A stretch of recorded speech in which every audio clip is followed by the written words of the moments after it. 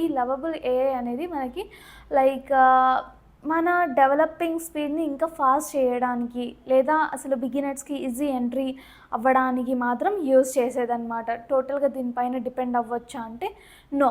అదేంటో చెప్తాను చూడండి. ఫస్ట్లీ ఇది ఎలా యూజ్ చేయాలో చెప్తాను చూడండి. సో బేసికల్గా లవబుల్ ఏఐ అంటే ఏంటో అర్థమైంది కదా.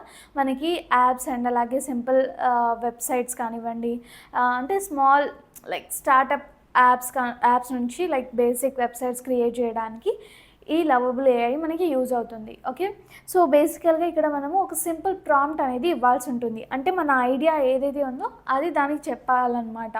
సో బేసికల్గా ప్రాంప్ట్ అంటే మనందరికీ తెలుసు కదా. సో ఒక టెక్స్ట్ రూపంగా ఉంటుంది. మనం దానికి లైక్ చెప్తూ ఉంటాము, నాకు ఇలా ఇలా కావాలి, ఈ వెబ్సైట్ అనేది బేసికల్గా నేను దీనికోసం యూజ్ చేయాలనుకుంటున్నాను, అండ్ దాంట్లో మన రిక్వైర్మెంట్స్ ఏమైనా ఉన్నా కూడా అటువంటివి, అండ్ అలాగే కలర్ థీమ్ ఏమైనా మీకే ఉన్నా కూడా అటువంటివి కానివ్వండి.